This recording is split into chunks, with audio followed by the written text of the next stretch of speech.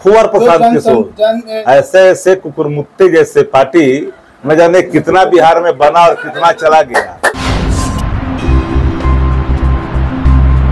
कुंवर प्रसाद किशोर ये जन स्वराज पार्टी पांडे प्रसाद क्या है? वार्ड काउंसलर है, अभी कुछ नहीं एमएलए है, एमपी है। लेकिन ये सुन लीजिए, अब नालंदा के हो ना, नालंदा में पुरानी कहावत है, घर में भूंजी भाग न ड्योढ़ी पर नाच। पूंजी है ये नहीं है। जिनके कुल खानदानों को कांग्रेस पार्टी ने बिहार का ताज बनाया, उस कांग्रेस का नहीं हुआ वो किसका हो सकता है? और जहां से आता उसका अतीत जाकर के सुनाइए, जाकर के किसकी चर्चा? तुम लोग भी कहा पत्रकारिता में, ठीक मैं मानता हूं कि बेतहाशा भाजपा को बी टीम है, उसका राजनीतिक जो है ना दलाली का जो उत्पन्न संस्कार है वो गुजरात से हुआ है। अब वो नहीं जानते हैं उसको। और जिन जिन राज्यों में जिन जिन पार्टियों के लिए काम किया है वो पार्टी कमजोर हुई है। भारतीय जनता पार्टी बंगाल में क्या थी? कितना एमएलए था? एक बार इसने काम किया, डाटा बेचता खरीदता है। साउथ में गया, पता करिए सूर्या के साथ क्या हुआ, वो डाटा बेचा।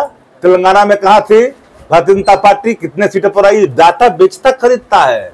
इसका क्या कुल्ला करके यार, किसका नाम ले लेते हो तुम लोग? सुबह टिप्पणी कर रहे हैं सर कि बराबर देखा जा रहा सोशल मीडिया पर। मैंने कहा कि उस व्यक्ति का मुख्यमंत्री होते हुए भी 9वीं पास अगर हो संबंध हो, इस बारे में क्या करें? मैं एक लाइन बताता हूँ। कोई व्यक्ति अपनी कैरियर जिस क्षेत्र में, और मैं डंके की चोट पर उन सभी भारतीय जनता पार्टी के नाजायज उत्पन्न संस्कार से पदस्थापित उन सभी ब्रोकरों को मैं चुनौती देता हूँ कि आओ और एक बार जिस भाषा में तुमको डिबेट करना करो ना।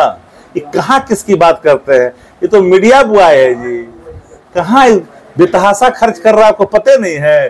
पुदीना बेच के बाबूजी के घर से ला रहा है। चुनाव इस बार मुद्दों पर होगा, युवाओं के सवाल पर होगा, विकसित बिहार की परिकल्पना पर होगा, आरक्षण पर होगा, 65% आरक्षण पर होगा, क्वालिटी एजुकेशन पर होगा, किसानों के सवाल पर होगा, बेतहाशा मीटर रीडिंग पर होगा, हर घर जो परेशान है उस पर होगा। और इस बार देखिए, माया से जो राजनीतिक युद्ध जीत रहा है वो समझो शासक अनैतिक है। और इस बार देश के अंदर में मायावी युद्ध चल रहा है राजनीति में। शास्त्र कहता है कि माया से युद्ध करने वाला व्यक्ति नैतिक बल का संरक्षक नहीं होता है। देश के अंदर में 79 सीटें अगर अनैतिक तरीके से जीती गई है, जैसा कि खुलासे कई लोगों ने किया है, अब तो चुनाव हो गए। इस देश से पहली बार देखा गया आजादी के बाद कि इलेक्शन कमीशन भी चुप है। चुनाव के समय में इलेक्शन कमीशन मानो दास्ता की बेड़ियां बांधे हुए तमस्बीन बैठा है। सत्ता की ड्योढ़ी का वो ऐसा रखवाला बन गया है कि अपने कर्तव्यों को ही भूल गया है। इसलिए इस बार तो जान ही रहे हैं ना, 2025 का चुनाव होगा।